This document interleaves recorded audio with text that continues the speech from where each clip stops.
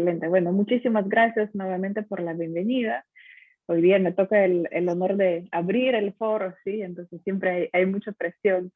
Espero que, digamos, la gente todavía se siga sumando y vamos a poner un buen inicio para este evento. Entonces, como mencionaba Sergio, hoy día el tema que yo les traigo para conversar y para presentar un poco es sobre la transformación digital e innovación, de cómo generar valor en las organizaciones, y particularmente lo quería enfocar en un tema que constantemente, digamos, surge como pregunta en el trabajo que yo realizo, es cómo desarrollar la innovación que sea sostenible, ¿no? Y sostenible me refiero que perdure en el tiempo y que genere efectivamente ese valor y los resultados esperados que las organizaciones estamos buscando. Entonces, de frente, de entrada, quería empezar con una pregunta que espero me puedan ayudar en el chat respondiéndola. Es, según ustedes, ¿qué se necesita para generar innovación en las organizaciones? Y acá abro para las ideas, ¿no? Cualquier cosa que se les ocurre, bienvenida.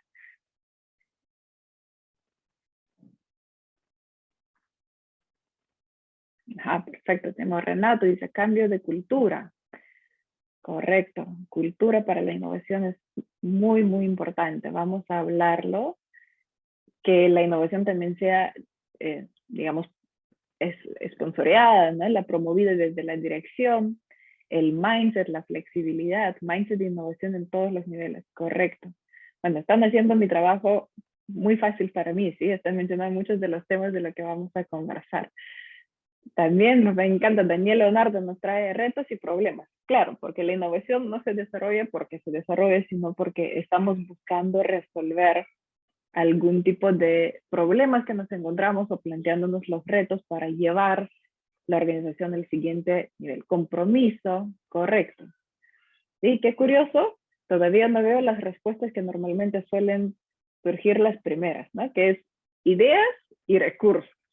Sí, entonces creo que también probablemente lo pensamos que es tan básico que ya ni vale la pena mencionarlo, ¿sí? Pero normalmente cuando hablamos de ese tema, lo primero que surge claramente necesitamos de ideas para poder desarrollar las innovaciones y también recursos encima de todo lo que ustedes han venido mencionando. Así que gracias por esta pequeña apertura y ese pequeño ejercicio. Les voy a ir lanzando algunas preguntas así durante la conversación para que también me pueden ir acompañando, ¿sí? Listo, entonces, haber mencionado eso, tenemos una agenda bastante corta de 3 puntos, pero vamos a ir indagando en cada una de ellas. Primero, revisar un poco también, vamos a hablar hoy día más que todo sobre la innovación corporativa, ¿sí? No tanto del contexto de las startups y creación de un nuevo negocio como modelo de negocio, ¿no? Entonces, es innovación de otro tipo, pero hoy día vamos a enfocarnos mucho más en lo que es la innovación corporativa. Vamos a revisar algunas razones más comunes de por qué fallan las innovaciones y 5 elementos para generar innovación sostenible en el tiempo con algunos tips y recomendaciones. ¿Sí? Entonces, sin esperar más, quería empezar con algunos también datos, ¿no? De lo importante que, según los ejecutivos, es la información de las organizaciones. Y miren esos números, qué curioso. El 84% de los ejecutivos concuerda que innovación es vital para su estrategia de crecimiento. Y también 80% de ejecutivos están conscientes que sus modelos de negocio actuales están en riesgo, ¿no? Entonces hay una grande preocupación y entendimiento que innovación es necesaria para que la organización prospere, crezca y se siga relevante en el tiempo. Y sin embargo, apenas 6% de esos mismos ejecutivos que han participado en ese estudio de McKinsey en 2018 dicen que están contentos con el performance, con el desempeño que tiene la innovación en su organización. Entonces, algo está pasando aquí, ¿no? Hay un descuadre, hay un contraste bastante fuerte de por qué está pasando eso. Y creo que en muchos casos, cuando hablamos de innovación, solemos encasillarla en un área, en algo particular, ¿no? Pero esto quería compartirles no nos vamos a tener mucho tiempo aquí sin entrar en el detalle, pero hay un recurso que es muy, muy importante y efectivamente si quieren profundizar en el tema, les recomiendo este estudio que se llama 10 tipos de innovación corporativa, ¿sí? Entonces, lo que nos habla este estudio y este artículo particular es cómo estructuramos y que la innovación no necesariamente tiene que ver solamente con creación de nuevos productos o servicios o modelos de negocio, que es algo que estamos acostumbrados a ver, ¿no? Y por eso que también la organización de cómo organizamos la innovación a veces se enfoca en ciertas partes de la organización. Sin embargo, miren en esto, ¿no?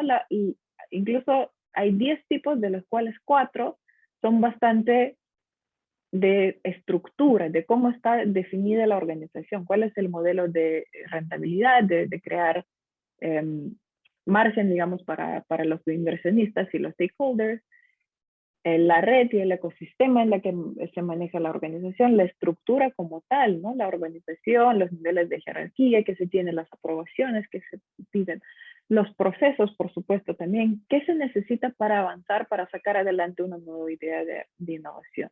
Por otro lado, tenemos que creo que son los más conocidos, que es la oferta como tal, que normalmente es producto, servicio o incluso un ecosistema de productos, ¿no? Un grupo de productos. Y también la parte de la experiencia, que es la parte un poco también más intangible, ¿no? Pero el servicio, la atención de cliente, de cómo podemos innovar en los diferentes canales de atención aquí. La marca como tal, como activo, de cómo innovamos y cómo cambiamos nuestra propia marca para que sea relevante y genere la atractividad para el público objetivo. Y finalmente, cómo interactuamos con nuestro público objetivo. Entonces, innovación es algo bastante amplio y normalmente no necesariamente encaja en la responsabilidad de una sola área dentro de la organización que se llama innovación o a veces investigación y desarrollo, ¿sí? Si hablamos de las organizaciones más tradicionales. Pero realmente es una responsabilidad que está distribuida entre diferentes equipos y como bien lo han mencionado al inicio, debería estar liderada desde la parte de arriba de la organización, ¿sí? Entonces, con eso, mi segunda pregunta es, ¿por qué fallan las innovaciones? Justamente hablando de las organizaciones establecidas. Y acá nuevamente les pido, por favor, sus ideas de cuáles son las principales razones que se les ocurre por qué fallan las innovaciones.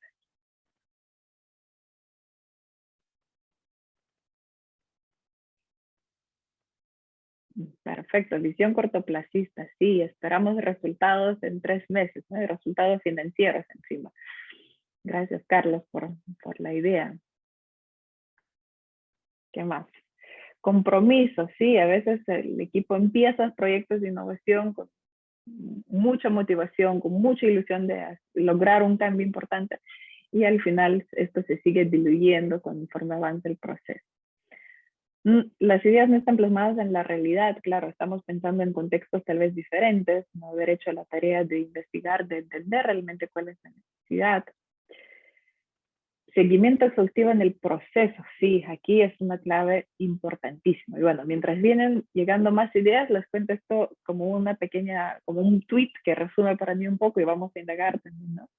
Y lo traduzco al español, que muchos innovadores y emprendedores también piensan que si solamente tienen la correcta idea, el resto va a venir bastante fácil, ¿no? Sin embargo, normalmente es todo lo contrario. Tener las ideas, generar las ideas es la parte fácil. Sin embargo, cuando ya estás empezando en la búsqueda, la interacción de cuál es la propuesta de valor, de cómo funciona, si es el caso de los emprendimientos, el modelo de negocio, y la ejecución y escalabilidad de la misma idea es donde realmente se define la diferencia de una innovación exitosa, de una innovación que no logra los resultados planteados desde el inicio, ¿sí? Entonces, yo lo resumo en 4 etapas, un poco pensando desde el funnel de la innovación, ¿no? Entonces, primero, claro, empezamos el proceso de innovación con ideas. Y aquí muchas organizaciones que empiezan a trabajar un proceso corporativo de innovación se enfocan muchísimo en recopilar las ideas, en pensar en procesos con design thinking, en los hackatones, ¿sí? Entonces es demasiado enfoque en ideas y no necesariamente en la ejecución.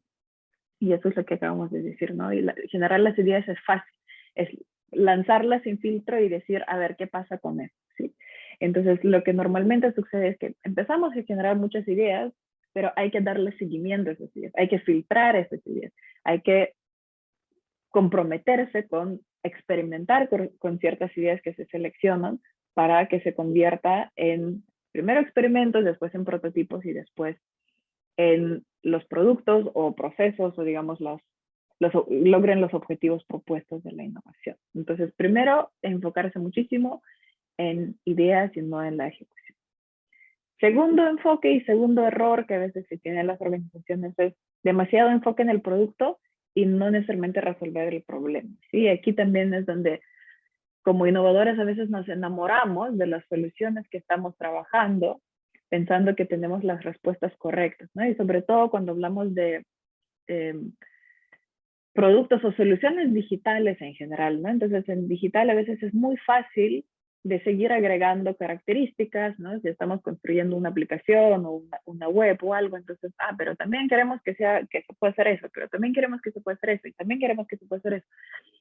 Y a veces terminamos de construir ese monstruito, ¿no? Que tenemos en la parte derecha de la presentación, cuando realmente lo que el cliente necesitaba es mucho, mucho más fácil.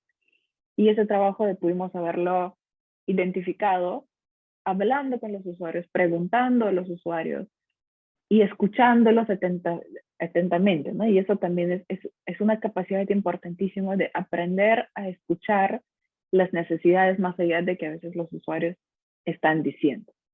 Entonces, el segundo es también no caer en esa trampa, no enamorarse de la solución.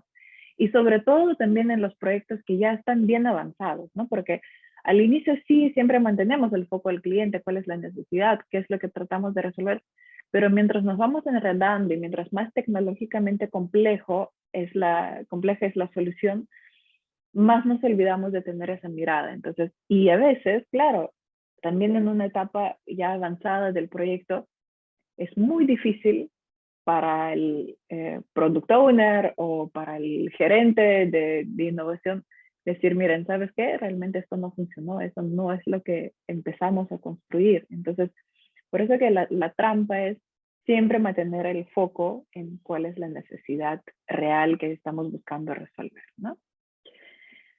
Tercera parte, demasiado enfoque en crecimiento y no en rentabilidad. Eso otra vez cuando ya estamos en etapas más avanzadas de un proceso de innovación y ya tenemos algo que hemos testeado, validado, que ya está funcionando, y entonces nos enfocamos en las métricas, que lo llamamos las North Star Metrics, ¿sí? las que nos lleva y nos guía con un enfoque muy, muy cerrado, ¿no? Realmente como un embudo que nos hace no perder a la vista de cuál es la métrica más importante.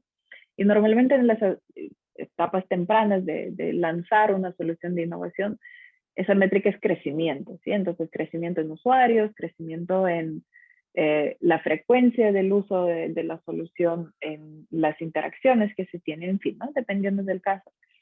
Pero aquí también hay que estar siempre balanceando, digamos, de cuál es el enfoque en el crecimiento y en qué momento es lo correcto empezar a hablar sobre las métricas más financieras como la rentabilidad y los resultados de retorno para la inversión que se ha hecho, ¿no? Recordemos que siempre el proceso de innovación requiere una inversión y requiere una apuesta porque los resultados son inciertos. Y vamos a hablar de eso un poquito más adelante también, ¿sí? Entonces, la tercera trampa y el tercer error a veces es enfocarse muchísimo en crecimiento, ¿no? Y tuvimos casos ejemplares, ¿no? Piensen en un Pokémon Go que en cuestión de días han llegado a 1 millón de usuarios y después millones de usuarios, pero un producto que finalmente nunca terminó de lograr el éxito financiero al nivel de los creadores y el propósito para el cual ha sido creado. Entonces, es importante no perder ese foco y también como, digamos, el equipo que gestiona innovación, poder revisarlo y tener las diferentes palancas con las que manejamos nuestros proyectos de innovación. La cuarta trampa o el cuarto error, ¿no? También es lo contrario de lo anterior, es que también, y algo que hemos dicho al inicio, ¿no? Con los comentarios que me están haciendo por chat, es que a veces queremos también lograr los resultados en el primer año o primer semestre o primer trimestre, ¿no? Entonces, queremos que desde inicio, desde el lanzamiento de la innovación, esto funcione como un producto establecido o un proceso o un servicio, ¿sí? Para no encasillarlo en el tema de producto.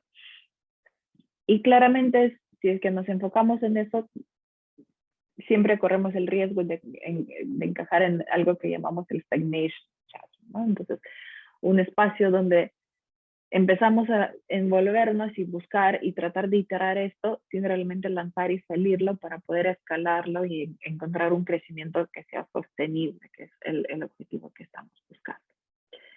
Entonces, esos son los típicos 4 errores o los errores más comunes que vemos en los procesos de innovación y en procesos de transformación digital, que suelen repetirse dentro de las organizaciones y por eso que probablemente solamente el 6% de los ejecutivos dicen que están contentos con el desempeño que tienen dentro de su organización con la innovación que se genera.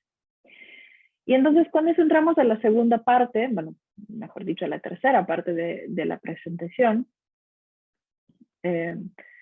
Sí, aquí Juan Roberto dice típicos errores, pueden haber más, claramente pueden haber más, ¿no? Y también hay muchos elementos de la estructura, de los procesos que vamos a ver ahorita en la parte de cuáles son los 5 elementos. Y otra vez, ¿no? Esto estoy generalizando, estoy poniéndolo como en casillas, que son para mí los 5 elementos claves de los cuales mayormente depende el éxito de generación de una innovación sostenible, ¿no? Y vamos a ver uno por uno. Entonces empezamos, les dejo eso como un checklist.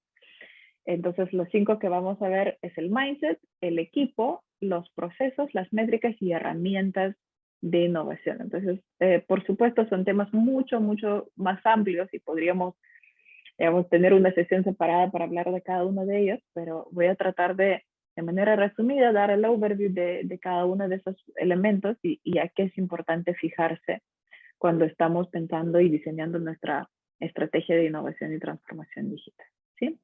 Entonces, empezamos por mindset.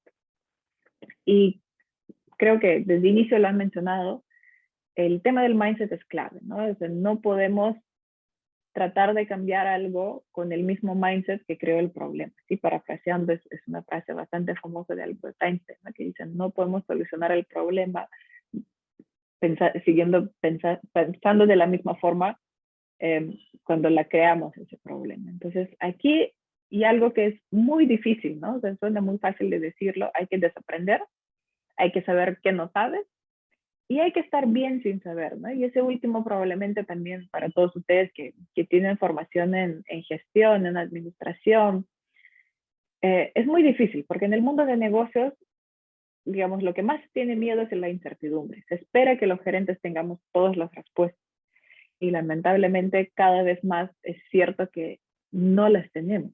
Hay muchas variables que no las conocemos. Entonces, ese es un cambio de mindset importante y requiere mucho humildad, perdón, y también yo creo que coraje para poder decir que hay algo que no sé, pero no me frustra no saberlo, sino veamos cuál es la forma correcta para aprenderlo juntos. Y acá quiero invitarles a hacer un ejercicio, ¿sí? Va a ser un ejercicio muy, muy breve. Les voy a pasar a la siguiente diapositiva. Les voy a mostrarla por 3 segundos y de ahí voy a volver a la misma. Y lo que quiero que vean en la siguiente diapositiva y que me respondan por chat cuando lo vean en esos 3 segundos o después de esos 3 segundos es cuántos triángulos ven en la diapositiva. ¿Listos para el ejercicio? Vamos a hacerlo. 1, 2, 3, vamos. 1, 2, 3. Espero sus respuestas en el chat. ¿Cuántos triángulos vieron?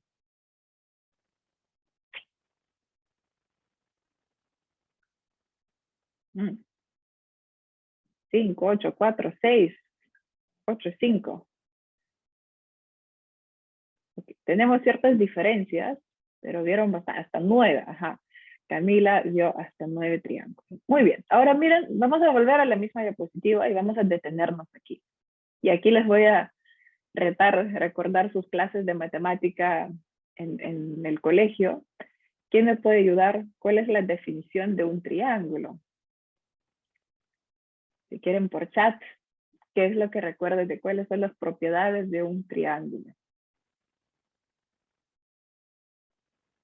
¿Sí? Es una figura geométrica cerrada que tiene 3 lados,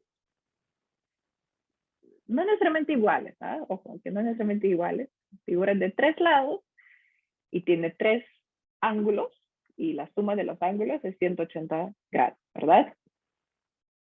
No sé si se me pasa algo, también mis matemáticas nunca han sido tan fuertes, pero Ajá, aquí ya alguien se dieron cuenta de que esta pregunta estaba con trampa, ¿no? Entonces, volvemos a ver a la imagen.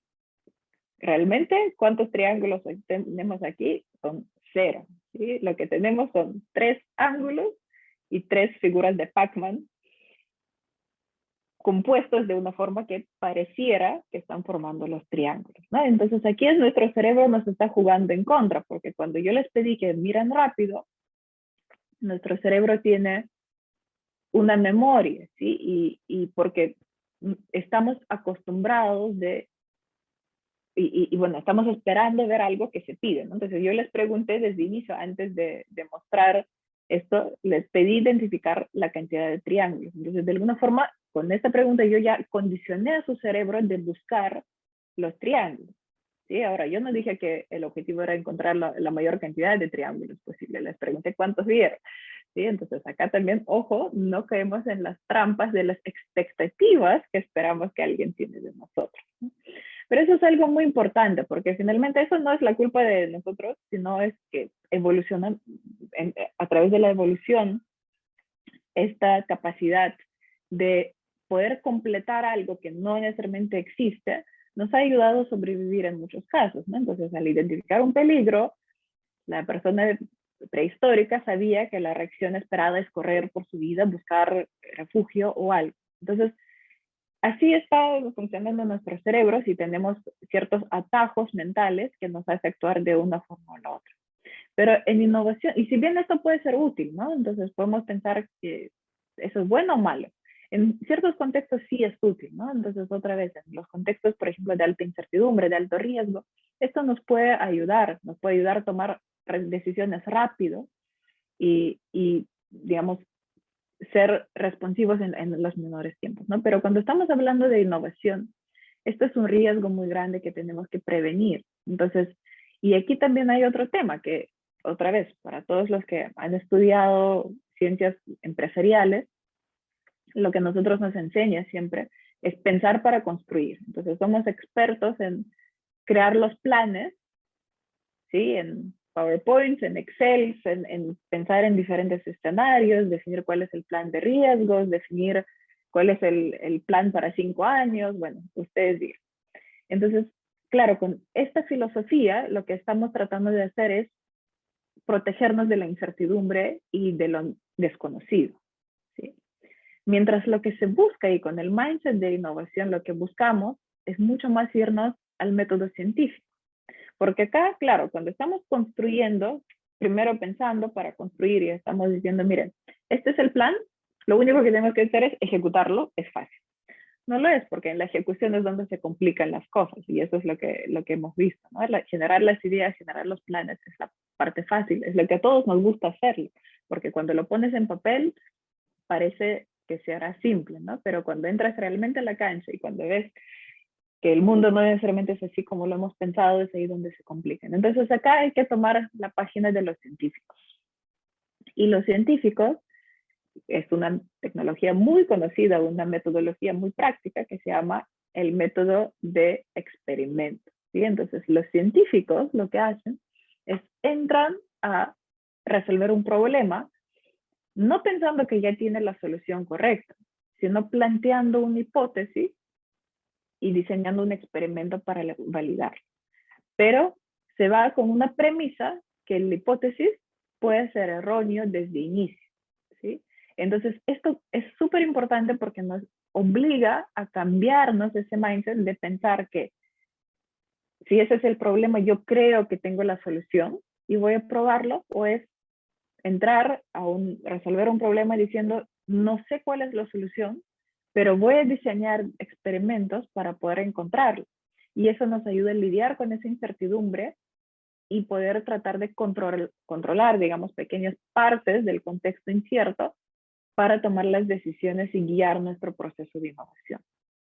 Entonces, ese es el primer elemento y me detengo un poquito más de tiempo en esto porque, como les decía, el tema de mindset es crucial, es lo más difícil de cambiar, pero sí se puede desarrollar, ¿sí? La forma de cómo desarrollamos el mindset es a través de la práctica. Entonces, mientras más entro en esto, mientras más me reto, pensar, dejar al lado mis propios sesgos, dejar de lado mis propios atajos mentales que he venido construyendo a lo largo de mi vida, de mi carrera, mejor me va a ir, ¿sí? Entonces, el trabajo del equipo de innovación es cuestionar el status quo, cuestionar de por qué se hacen las cosas así, para poder encontrar realmente de cuál es el problema y de ahí plantear los experimentos y para encontrar la mejor solución hacia ello, ¿sí?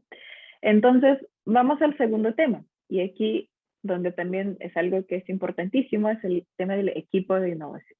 Innovación es un deporte que se juega en equipo. Es muy difícil.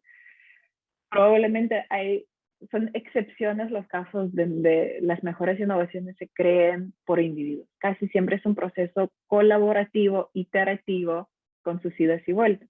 Pero también hay una concepción, y yo creo que todo el Silicon Valley y las películas y las series que se lanzan sobre ello, nos ha hecho crear un poco en una imagen errónea de cómo es un equipo de innovación, ¿no? Entonces nos imaginamos 2, 3 personas encerrando en un garaje, todos haciendo lo mismo, todos juntos, y así creando los experimentos. Entonces, claro, obviamente hay ejemplos icónicos para los cuales ha funcionado esto, pero el equipo de innovación es un equipo multidisciplinario, multifunción, donde cada persona que está cumple cierto objetivo específico y tiene un rol para complementarnos. Entonces, por eso que pongo esta imagen, ¿no? Es bastante hipster, si lo quieren decir así, ¿no?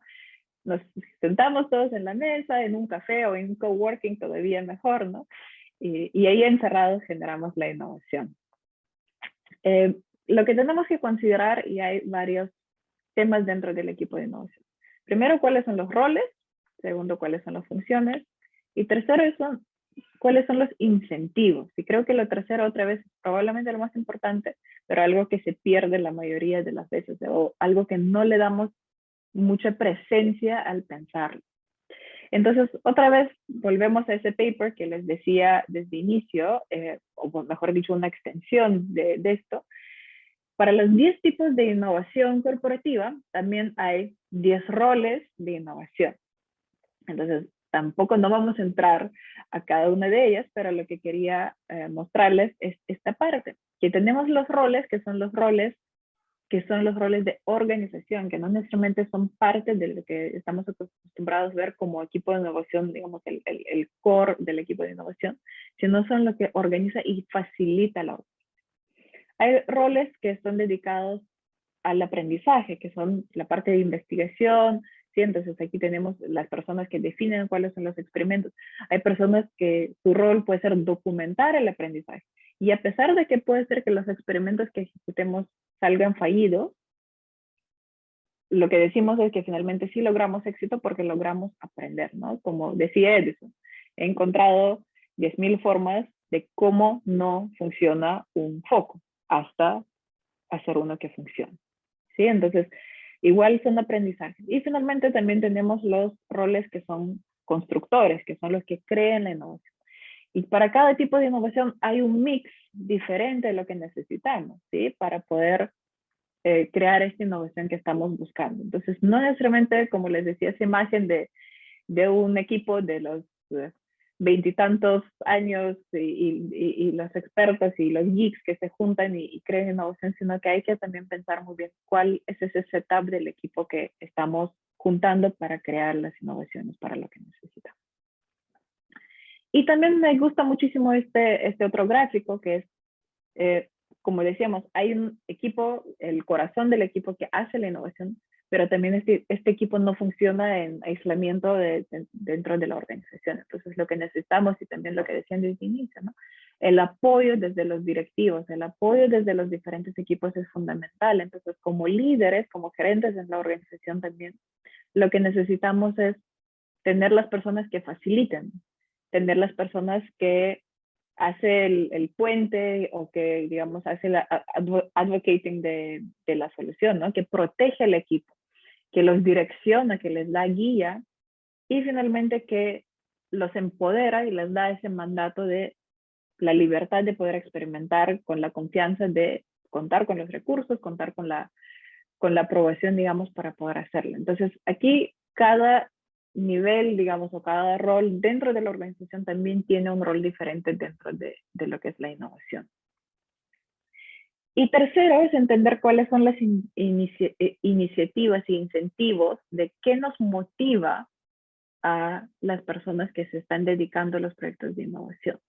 Eso también a veces es difícil de verlo, ¿no? Entonces, en algunos ejemplos, por ejemplo, cuando se abre un centro de innovación corporativa, se jalan las personas que tienen mejor desempeño en ciertas áreas para poder hacerlo y se les pone ciertos beneficios a su disposición, pero lo que hay que entender es por qué esta persona quiere participar en un proyecto de innovación, ¿qué le motiva? ¿Le motiva la posibilidad de, digamos, crear algo disruptivo y cambiar el mundo? ¿Le motiva aprender? ¿Le motiva entrar a algo desconocido? Y esto cambia muchísimo de forma de cómo diseñamos el proceso y alineamos y qué incentivos les da, ¿no? Entonces, acá también, por ejemplo, no puse el ejemplo, pero el ejemplo de Google, como saben, Google tiene 20% de tiempo que el equipo puede dedicar a los proyectos de innovación. Y 50% de las innovaciones exitosas que está lanzando Google al mercado viene de ese 20% del tiempo que las personas dedican a los proyectos que realmente les apasionan, que no necesariamente están parte de su trabajo en el día a día. Entonces, esa es una fórmula que Google ha encontrado y que les funciona, ¿no? Por otro lado, también cuando estamos hablando y en otras organizaciones hemos encontrado que finalmente la directiva dice, bueno, nosotros no tenemos área de innovación, sino que todos son responsables de, encima del trabajo que tiene, generar innovación y buscar mejoras. Perfecto. Esto funciona, pero hay que tener cuidado, porque también hay que entender de cómo evaluamos al fin del año o el fin del periodo el desempeño de esas personas, ¿no? Entonces, si mi principal indicador es un indicador operativo contra el cual va a evaluar mi desempeño, pero a la vez se me pide que yo invierta mi tiempo en innovar y pensar en soluciones disruptivas, es muy probable que sin querer, inconscientemente, me voy a enfocarse mucho más por algo que va a ser tangibilizado al final de mi evaluación. Entonces, por eso los incentivos y la forma de cómo también diseñamos, por ejemplo, las recompensas para los equipos de innovación es muy, muy importante. Vamos al tercer punto, que son los procesos, ¿no? Y aquí también creo que hay muchísimo material, muchísimas metodologías, ¿no? Y cuando vemos esas metodologías parece que un proceso lineal, bonito, ¿no? Pero el proceso de innovación en muchos casos, y yo diría que incluso acá se vuelve una línea recta, pero en realidad ese garrapato en realidad sigue y sigue y sigue hasta que en un momento tomas la decisión para seguirla, ¿no? Pero realmente es un proceso caótico donde, como decimos, ¿no? Hay mucha incertidumbre, hay patrones, hay insights que nos ayuda a guiarse y digamos, remar dentro de ese flujo de ideas, de posibilidades, de los experimentos, de cómo se enfoca. Entonces, sí hay que siempre buscar llegar a ese punto donde tenemos claridad y finalmente nos enfocamos. Y la estrategia de innovación, la parte más importante de la estrategia de innovación es no definir qué vamos a hacer, sino definir qué no vamos a hacer, ¿sí? Entonces, eso también genera claridad.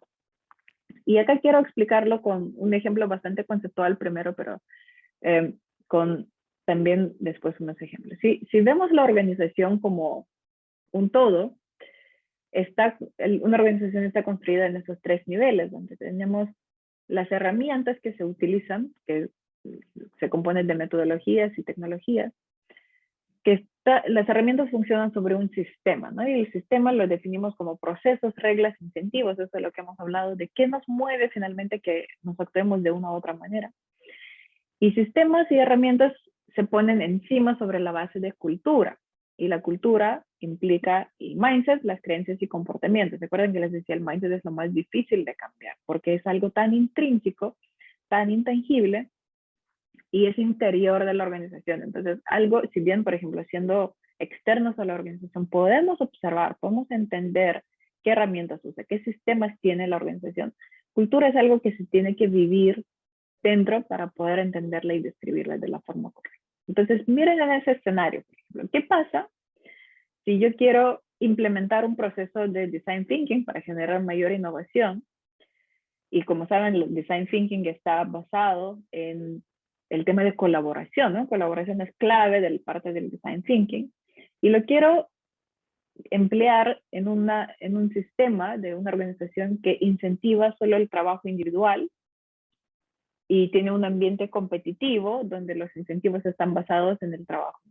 Entonces, ¿cómo creen qué tipo de desempeño va a tener un proceso de design thinking, una metodología de design thinking en ese tipo de ambiente? ¿Va a funcionar o no va a funcionar? Otro ejemplo, el framework de Scrum, ¿no? Ahora todos hablan de agilidad, que queremos ser ágiles, queremos implementar los proyectos de forma ágil.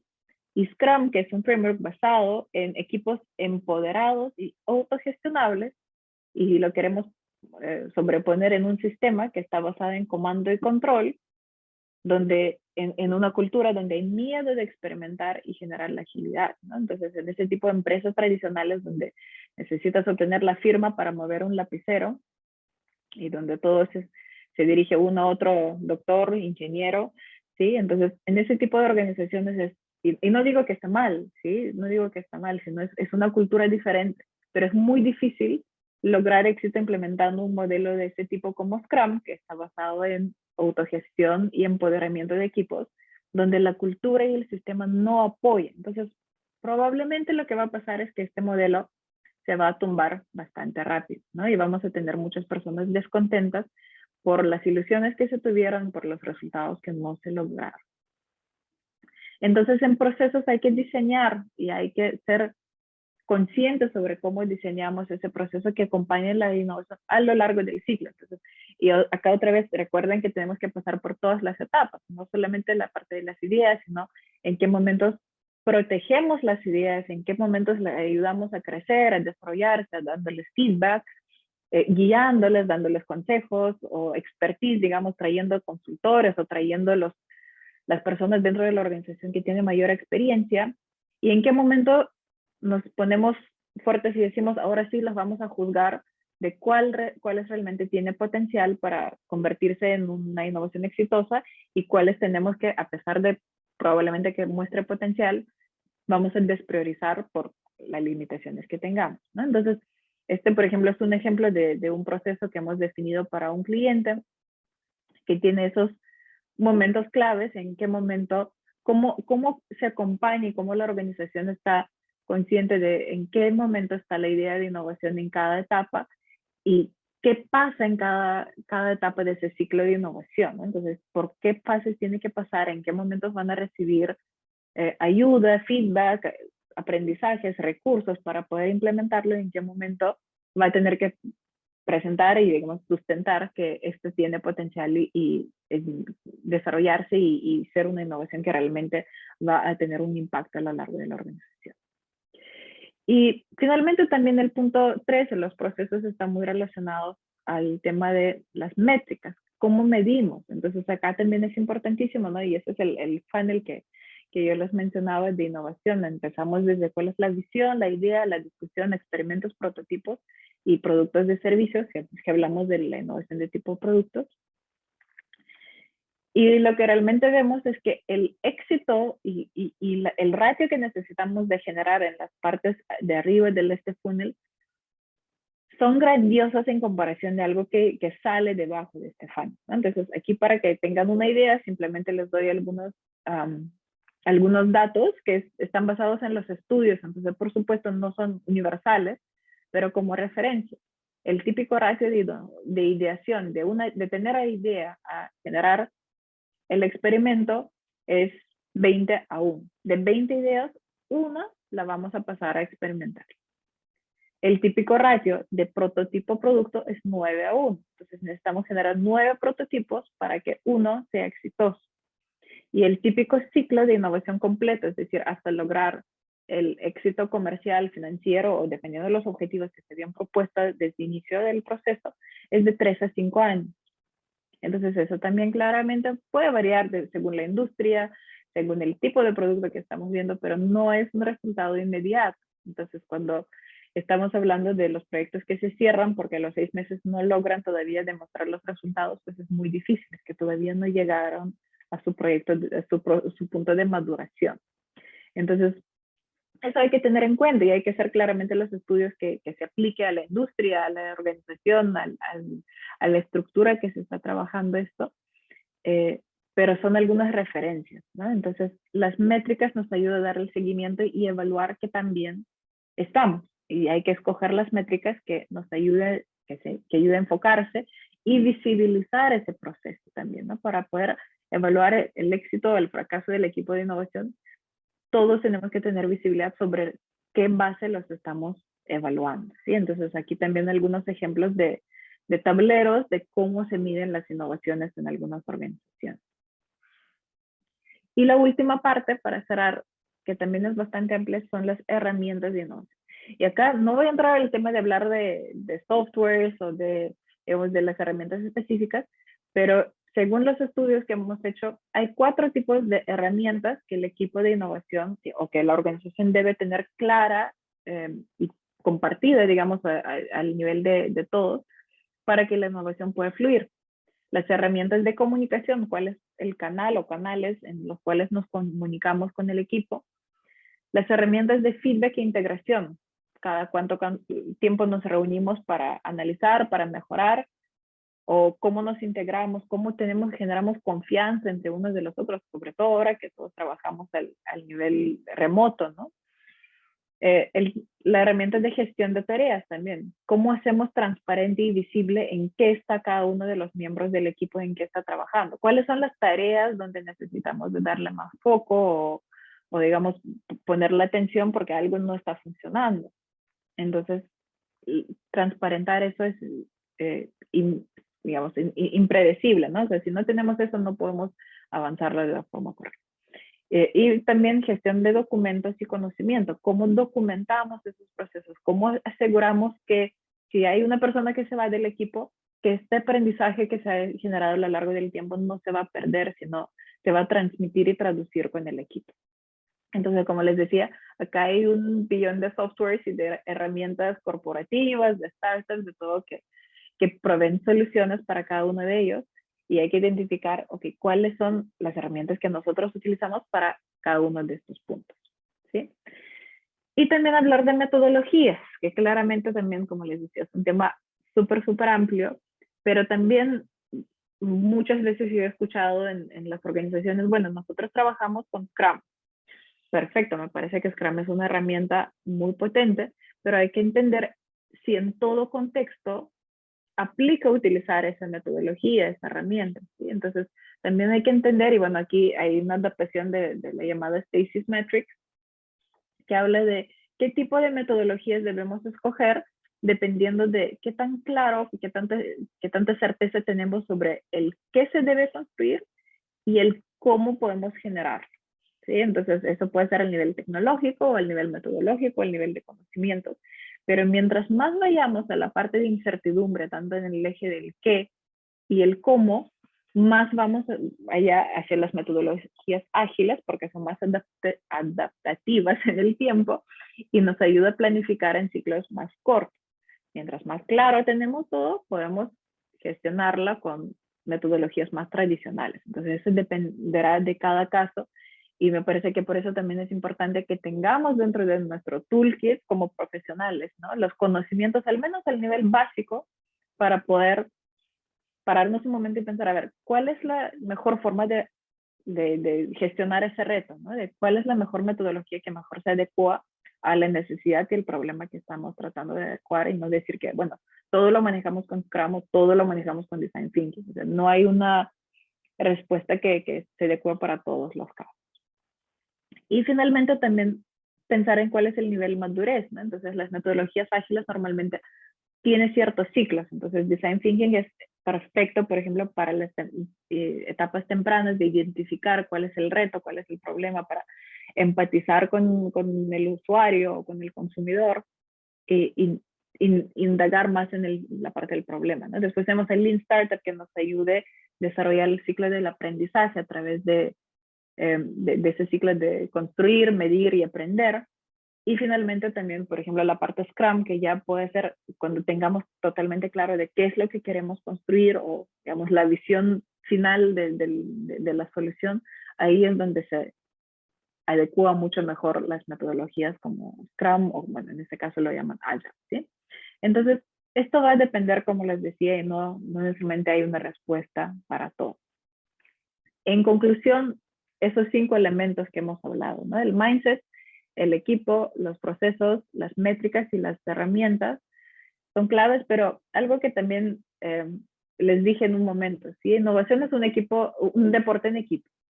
Y si bien, bueno, aquí pongo una foto de voleibol porque a mí me gusta mucho vóley, pero podría ser cualquier deporte que a ustedes les gusta, como fútbol o cualquiera.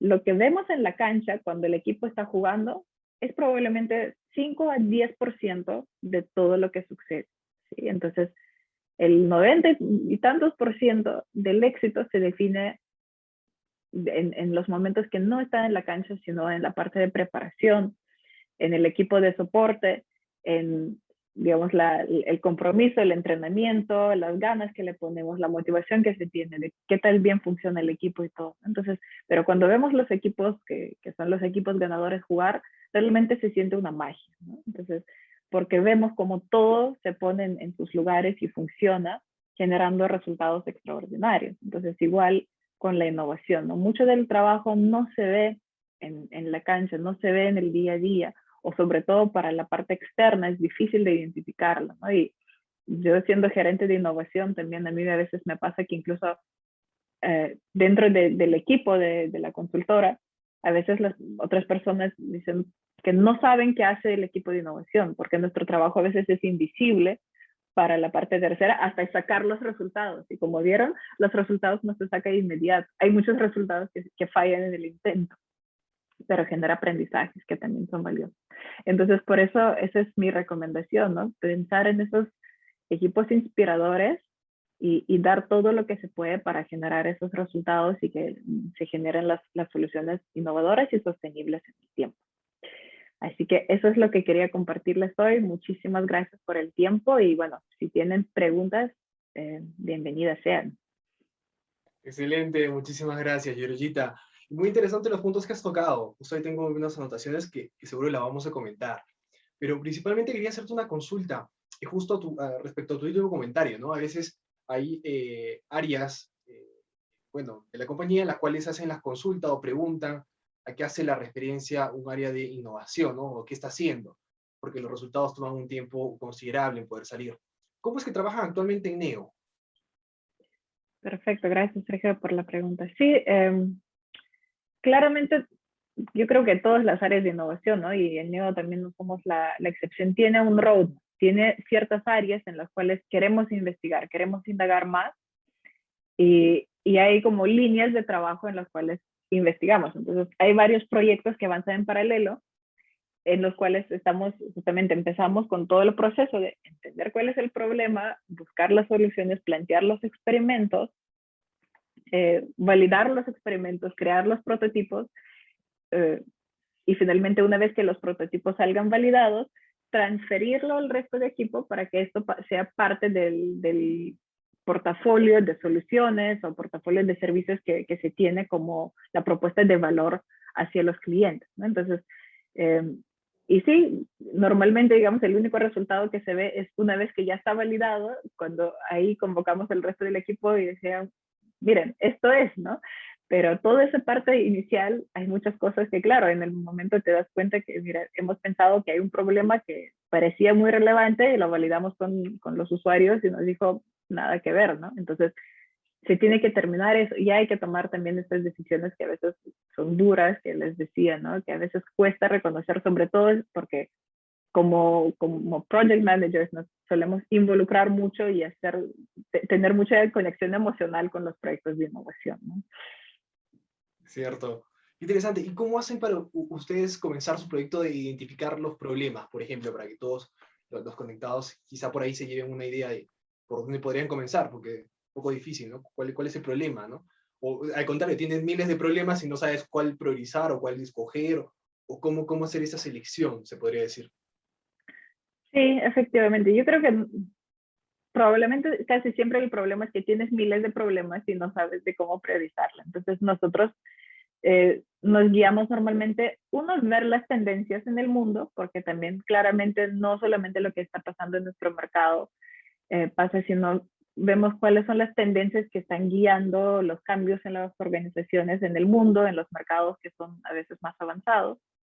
Y por otro lado, también la mejor fuente de identificar la prioridad es hablar otra vez con los clientes, identificar cuáles son los puntos de dolor más fuertes que ellos tienen para con eso poder responderle. Entonces, para nosotros esto puede ser clientes internos o externos, ¿no? Porque también como área de innovación tenemos el cliente interno, entonces tenemos en los procesos de consultoría, a veces hay tareas que son muy manuales, entonces ahí, por ejemplo, hablamos y un área nos dice, mira, ese proceso realmente es muy costoso porque nos toma muchas horas de trabajo manual, hay muchos errores, ok, entonces busquemos, ¿cómo podemos automatizar? Y ahí es donde entramos. Entonces, es priorización por qué tan relevante, digamos, en el corto plazo, la intensidad del dolor que tenemos, o qué tan potencial, por ejemplo, si es una tendencia, qué tanto potencial le vemos en el largo plazo, ¿no? Entonces, por ejemplo, creo que todos han escuchado, creemos que la inteligencia artificial es algo que va a tener un tremendo impacto en las organizaciones. Entonces, claramente tenemos que tener una línea de experimentos que está enfocado en experimentar, valga la redundancia, con esta tendencia, ¿no? Muchísimas gracias. Vamos a ir transmitiendo algunas preguntas ahí de los participantes. Por ejemplo, Tania nos comenta, ¿cuáles son los procesos para generar transformación en organizaciones que se retienen, o sea, que se retienen al cambio de mindset? Sí, para generar los procesos, primero hay que trabajar el cambio de mindset. Entonces, todo normalmente, digamos, y cuando estamos trabajando con los temas de transformación digital, lo que también buscamos primero es atender el proceso de transformación cultural, ¿no? Y eso, como desde inicio y varios de los participantes propusieron, esto empieza desde el comité ejecutivo. Entonces, la primera tarea es validar si el comité ejecutivo está enfocado y está comprometido con este cambio y si están dispuestos de invertir tiempo, recursos y ser el ejemplo para que este cambio de mindset se dé dentro de la organización, ¿no? Porque si no tenemos un sponsor al nivel ejecutivo, que normalmente debería ser el CEO, ¿no? Entonces es muy, muy difícil que la transformación sea exitosa al nivel general, ¿no? Puede ser que sí, logramos algunos cambios al inicio, pero si el comité ejecutivo, digamos, sigue priorizando la manera convencional de trabajo, va a ser muy, muy difícil de que eso se sostenga en el tiempo. Claro, que pueda desarrollarse, que pueda mantenerse permanente. Perfecto. Carlos Carrión te consulta. ¿Cómo logras el equilibrio frente al top management entre evitar demasiado enfoque en rentabilidad y evitar demasiado enfoque en crecimiento? Sí, es muy buena pregunta, gracias, Carlos. Aquí hay varias estrategias, ¿no? Hay un modelo que se llama el Three Box Solution, solución de tres cajas. Hay un libro de un profesor hindú que les recomiendo mucho, que habla que hay que gestionar la organización como si fuera un portafolio de soluciones, ¿no? Entonces, claramente hay un portafolio de cosas que es eh, la operación, el negocio del día de hoy, que es el que nos paga las cuentas, que es lo que nos genera los ingresos y que finalmente siga generando éxito en el corto plazo. Entonces, lo que dice en ese libro también, por ejemplo, ¿no? Que normalmente entre 70 y 80% de los esfuerzos están enfocados en ese negocio operativo, que es el de día de hoy. Pero hay un 20, 25, 30%, dependiendo de la organización, que también hay que pensar lo que esto lo que tenemos hoy no necesariamente va a ser lo que nos va a mantener relevantes y ganadores mañana. Entonces hay que invertir estos procesos, estos equipos, esos recursos para pensar cuál va a ser el negocio del día de mañana y quién, finalmente contra quién vamos a competir, ¿no? Entonces aquí también Mark Zuckerberg tiene esa famosa frase, ¿no? Si nosotros no construimos algo que destruya el Facebook, alguien más lo va a hacer. Entonces hay que constantemente retarlo y para eso normalmente la solución es que tener un equipo aparte que lo haga. Porque otra vez, si ponemos a la misma persona a pensar, mira, por un lado de cómo hago para generar mayor rentabilidad hoy, pero también cómo creo algo nuevo, Bueno, claro. pues es muy difícil, o sea, son skills diferentes, es un choque en el cerebro, y literal es muy, muy difícil de mantenerlo en un tiempo, ¿no? Súper interesante. Y justo esa pregunta también va relacionada mucho a la siguiente, que es la de Víctor, que te hace la consulta. ¿Cómo puedo saber en qué momento debo hacer un balance entre crecimiento y rentabilidad? Entiendo que a veces se debe priorizar uno más que el otro. Sí, gracias por la pregunta. Es una pregunta muy difícil porque depende muchísimo de cada caso, ¿sí? Entonces, normalmente, em, primero para validar el potencial, buscamos crecimiento. Una vez que validamos que hay potencial, hay mercado, hay que empezar a fijarnos en la rentabilidad, tal vez no en el corto plazo. Aquí lo que puede ayudar, hay benchmarks, entonces cada industria tiene sus benchmarks y digamos las reglas más o menos de valores del mercado que ayuda a guiarse.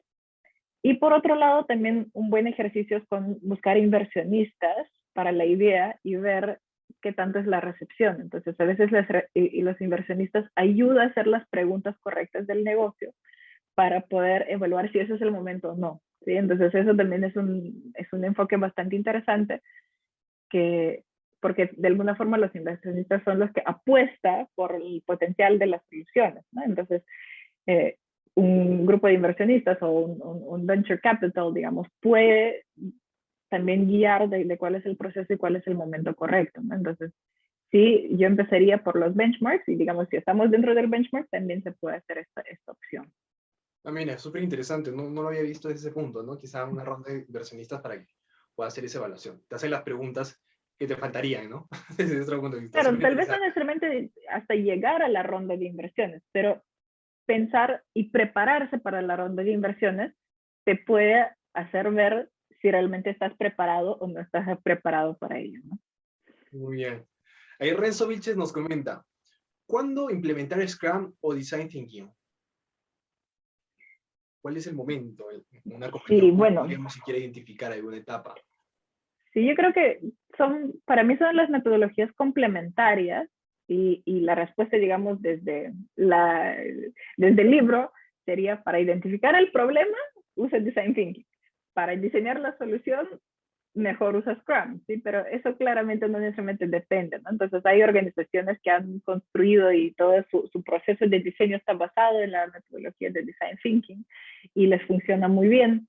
Por otro lado, hay organizaciones que tienen esa cultura de Scrum porque ya la han trabajado, ya han entendido cómo funciona y de alguna forma también les sirve para incluso las etapas tempranas de identificar cuál es el desafío, hacer la parte de la investigación de mercado. Entonces, yo diría que es una decisión estratégica que se tiene que tomar dependiendo de las capacidades del equipo que tiene, ¿no? Si conoce más de design thinking, pues va a ser muy difícil de que pedimos que haga Scrum, ¿no? O viceversa.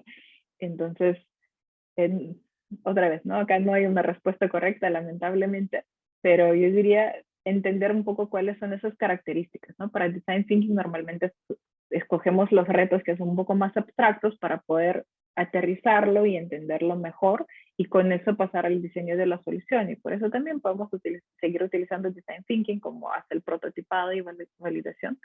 Pero, digamos, Scrum en ese caso ya para la ejecución tiene un tema mucho más aterrizado, con mayor detalle y enfoque en ejecución. Sí, muy interesante lo que comentas porque es muy cierto, a veces no puedes implementar para todo Design Thinking, para todo Scrum, ¿no? Sería excelente, pero toma tiempo, justo como lo comentabas, son un tipo para verlo, una cosa la aplicación de esta metodología y aparte los resultados y el impacto que pueden tener. Entonces es súper complicado implementar más cosas. Excelente. Justo tenía yo una pregunta por aquí. Justo estaba relacionada a una de las que hicieron ahí algunos de los participantes, es ¿cómo haces el balance entre el enfoque, o sea, no mucho enfoque en el producto, no mucho enfoque en el crecimiento, demasiada rentabilidad? Me acuerdo que mencionaste cuatro observaciones, ¿no? Al inicio, en cual decías, oye, no hay que hacer esto porque a veces nos quedamos. ¿Cómo hacer un balance entre las cuatro, ¿no? ¿Cómo comenzar con ese punto? Pero por eso, bueno, también lo que hablábamos, ¿no? Que uno hay que entender en qué etapa de innovación está. Si estamos tratando de entender cuál es el problema, vamos a enfocarnos mucho en las ideas. Pero por eso también innovación la vemos como un portafolio. Entonces, para balancearlo, claro, probablemente si lo vemos al nivel de proyecto, vamos a tener un enfoque específico en un momento de tiempo porque estamos en esta etapa y eso es lo que nos obliga en este momento a mirarlo.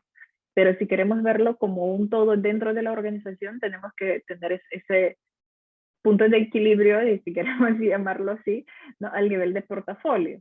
Entonces, si vemos que al nivel de portafolio estamos trabajando recién, en 80% de nuestras soluciones están en etapa de ideación, entonces ahí hay algo, porque no terminamos de cerrar, no terminamos de aterrizar en algo tangible y puede ser que nuestros recursos se están esparciendo y no vamos a ver finalmente un retorno en un plazo determinado, ¿no? O tal vez al contrario, vemos que todos los proyectos que tenemos están enfocados ya en la fase de escalar.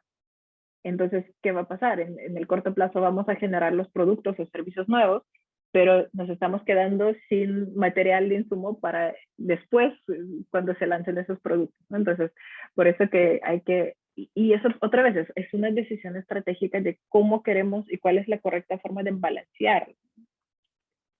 Muy, muy interesante.